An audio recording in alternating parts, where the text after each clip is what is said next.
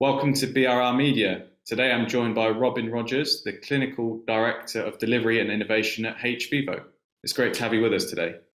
Hi, thanks for having me. hVIVO are opening new facilities. Tell us more about how this expands the company's business offerings.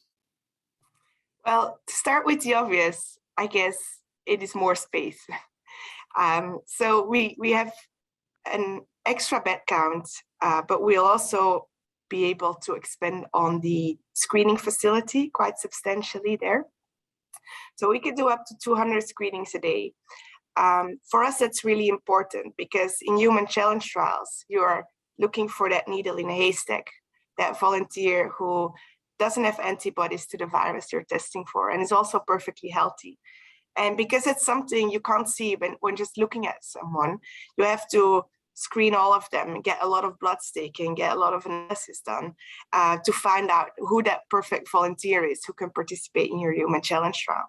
So because we need that high volume, we need obviously all that space, but also because a lot of people are still interested in participating in infectious research disease. Sometimes they get really disappointed simply because they are already immune to the virus we're testing for. So all these volunteers, they're in good health. They want to participate. They're very enthusiastic. But yeah, if you just do human challenge trials, that is something you cannot always offer them.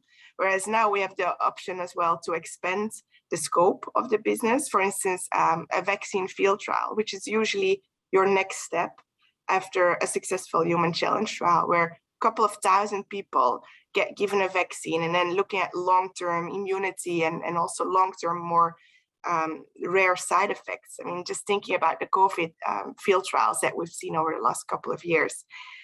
It's a logical next step for a company developing a vaccine, but now it's also a logical next step for us to be able to deliver this to the people.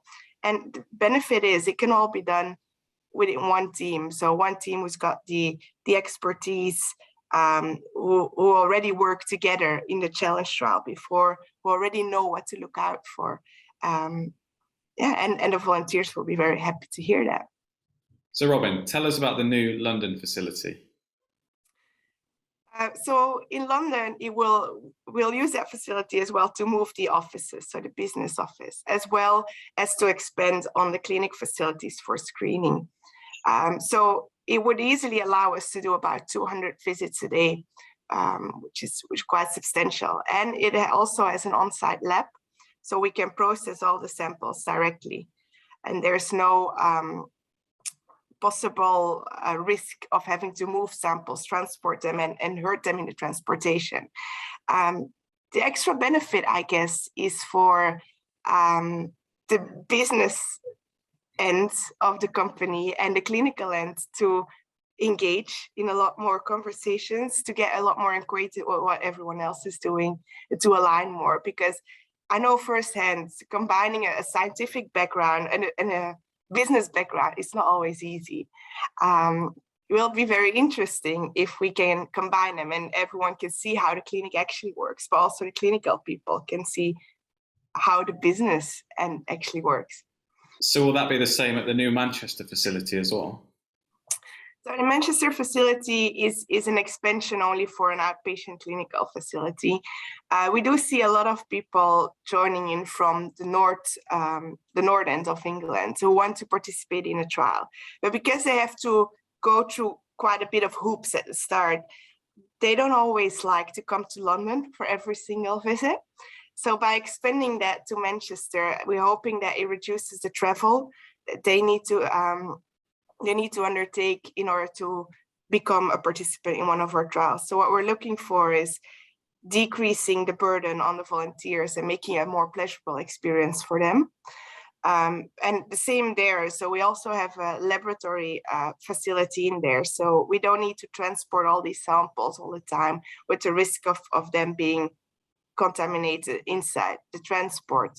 And it also allows about 80 volunteers a day in terms of capacity. So it still increases substantially.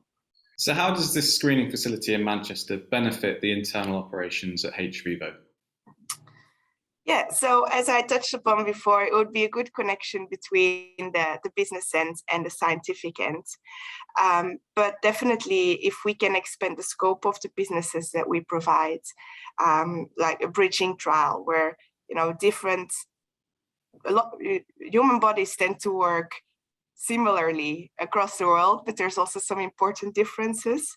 So if your first trials have been done, let's say, across the world, and there is a potential impact of your ethnicity in the way that you absorb and metabolize a drug, in order to get them then in a trial here in the UK or Europe or in this vicinity, let's say, you need an extra trial to understand if we process these drugs the same way as where they were originally researched. So that's also something that's very easy to offer. And it's something a lot of clients are looking for.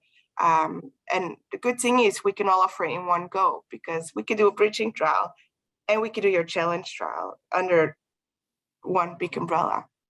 Well, thank you for today's update, Robin. We look forward to hearing more in the future.